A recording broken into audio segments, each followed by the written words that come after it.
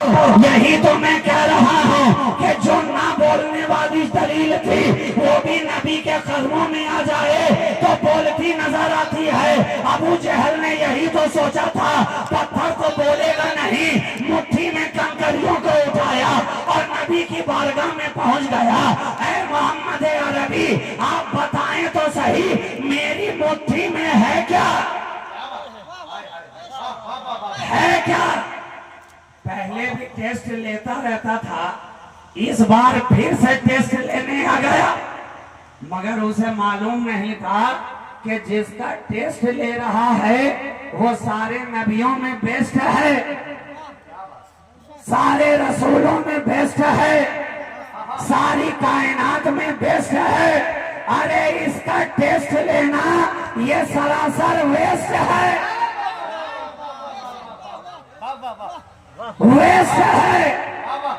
लेकिन जब आ गया बारगाहे नबवी में, अब पूछ बैठा, आप बताएं, आप नबूवत का दावा करते हैं ना, इतना तो बताएं कि मेरी मुट्ठी में क्या है। आका ने मुस्कुरा कर जवाब दिया, अच्छा मैं बताऊं तेरी मुट्ठी में क्या है, या जो तेरी मुट्ठी में है वो बताए कि मैं क्या हूं? मैं बताऊं या तेरी मुट्ठी वाला बताए? इतना सुनना था कि अब तो वो और भी खुश हो गया कि चलिए पहले तो बात इनके बताने की थी, अब तो मेरी मुट्ठी में जो है उसी के बताने के लिए कह रहे हैं। अरे पत्थर ना पहले कभी बोला है ना कभी बोलेगा, लेकिन उसे मालूम ना था ये निगाहे मुस्तफा का एजाज है कि जिस पे पड़ जाए तो गूंगा भी बोलता नजर आता है, जो दामन में आ जाए तो खामोश भी गोया होता है। आज तक पत्थर ने कभी ना बोला था, लेकिन जब आका ने निगाहे नबूवत डाला तो पत्थर भी बोलता नजर आया, ला इलाहा इल्लल्लाह मुहम्मद रसूलुल्लाह। नारे तकबीर, नारे रिसालत, इख्तियारात मुस्तफा। जो कभी बोला नहीं वो आका की बारगाह में आकर बोलने लगा। तो ये वो रोशन दलील बनकर आए हैं मेरे नबी कि जो जिंदगी भर न बोला, नबी ने करम फरमा दिया तो वो भी बोलता नजर आया। अच्छा, बोलने के लिए हमेशा लब हिलाने ही की जरूरत नहीं होती, कई बार आंखों से भी बोला जाता है, निगाहों से भी बोला जाता है, आंखों में भी बात होती है। और जो अहले मोहब्बत है, जो अहले खानका है, अहले वेला है, वो तो दिल की बात को भी जान लिया करते हैं, दिल की बात को भी जान लिया करते हैं। तो हमेशा बोलना जबान ही से नहीं है, जबान ही से नहीं है। अरे कंकर ने तो लब खोल कर बोल दिया, चांद से पूछो क्या तूने भी लब खोला? कहा मुझे लब खोलने की जरूरत क्या है, मोहब्बत की अदाएं अलग अलग होती हैं, मोहब्बत का अंदाज अलग अलग हुआ करता है।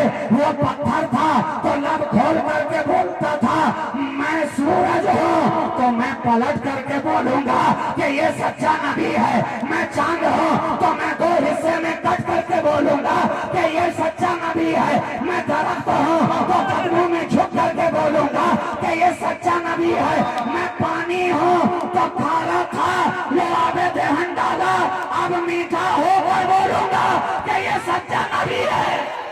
नारे तकबीर, नारे रिसालत, शाने मुस्तफा, वक़ारे मुस्तफा। सबने अपने मोहब्बत के अंदाज में बोला कि ये जो नबी आया है ये रोशन दलील बनकर आया है। अब मेरा यहाँ पे ठहर कर एक सवाल है कि मेरे आका के पहले भी तो 1,23,999 कमोबेश अंबिया मुरसलीन आते रहे दुनिया के अंदर, नबियों की जमात आती रही, कुरान ने कहा कि मुस्तफा रोशन दलील हैं, तो क्या पहले वाले दलील नहीं थे?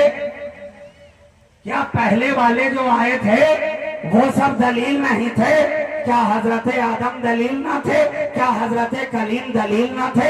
क्या हजरत जबी दलील ना थे? क्या हजरत खलील दलील ना थे? जवाब मिलेगा नादान, अरे वो जितने आए थे वो दलील लेकर आए थे। ये जो आया है तो दलील बनकर आया है, ये जो आया है दलील बनकर आया है। इसलिए कि वो जितने आए थे उन्होंने सुनकर कहा था, ये जो आया है देख कर कह रहा है, ये जो आया है देख कर बता रहा है, देख कर बता रहा है। तो नबी तो ऐसे हैं, ऐसे हैं कि जिस पर अपनी निगाहें शफकत डाल देते हैं। मैंने पहला ही जुमला ये कहा था ना कि जिस पर नबी की नजर पड़ जाए उसे भी बाकमाल करते हैं, और जिससे नबी की निगाह हट जाए उसे भी दुनिया में बाकमाल करते हैं।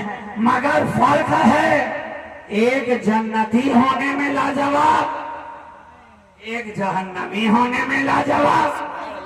जिस पे निगाह करम पड़ गई वो जन्नती में लाजवाब हो गया, और जिससे निगाह मुस्तफा फिर गई वो जहन्नमी में लाजवाब हो गया।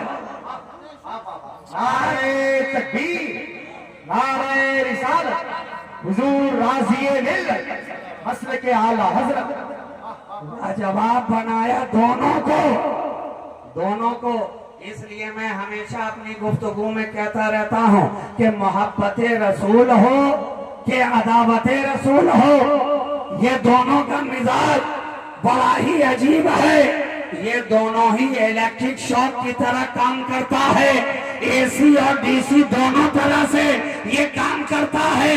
कोई सट के मरता है और कोई हट के मरता है। तो जो सट के मरा है उसे सहाबी कहा जाता है, जो हट के मर रहा है उसे वहाबी कहा जाता है। नारे तकबीर, नारे रिसालत, या रसूल अल्लाह, जिंदाबाद जिंदाबाद। मगर दोनों का अंदाज अलग है, अलग है। ये मोहब्बत में लाजवाब, वो अदावत में लाजवाब। ये उल्फत में लाजवाब, वो मुनाफिकत में लाजवाब। ये मोहब्बत में लाजवाब, वो शरारत में लाजवाब। निगाह पड़ गई तो जन्नती बना दिया, और निगाह फिर गई तो जहन्नमी नजर आया। इसलिए तो मैं कहता हूँ कि तुम भी मरो तो ऐसा मरो कि दुनिया वाले कहें कि याह बिलाले हबशी ना रहा। जब दुनिया से जाओ तो इस अदा से जाओ कि लोग कहें नबी का चाहने वाला ना रहा, नबी का गुलाम ना रहा, नबी का शदाई ना रहा, नबी से मोहब्बत रखने वाला ना रहा। अरे ऐसा मरो कि जब तक जिंदा रहो तो मोतियों से जड़े रहो, और जब कब्र में जाओ तो चादर चढ़े रहो, चढ़े रहो। बोल रहा हूँ इसलिए कि आज के दौर में तबका दो है, एक चढ़ाने वाला है तो एक चिढ़ाने वाला भी है। अल्हम्दुलिल्लाह हम तो सुन्नी है, सुन्नी वो भी टनाटन अहले सुन्नत व जमात। हम तो चिढ़ाने वालों में नहीं बल्कि चढ़ाने वालों में हैं। और अल्लाह का करम देखो, वो चिढ़ा कर भी हमेशा नीचे रहे, हम चढ़ा कर भी हमेशा ऊपर रहे। इसलिए कि चढ़ा में जबर है, चिढ़ा में जेर है।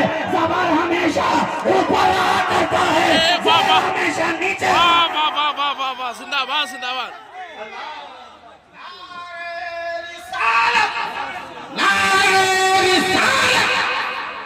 इस तरह तो कहीं पर भी सोई हुई कौम नहीं। यहाँ नहीं बोल पाते हो तो कहाँ बोलोगे? आवाज खोलो, नारे का जवाब दो। नारे तकबीर, नारे रिसालत, नारे रिसालत, मसलके आला हज़रत, शहबाज़ी दूल्हा, शहबाज़ी दूल्हा।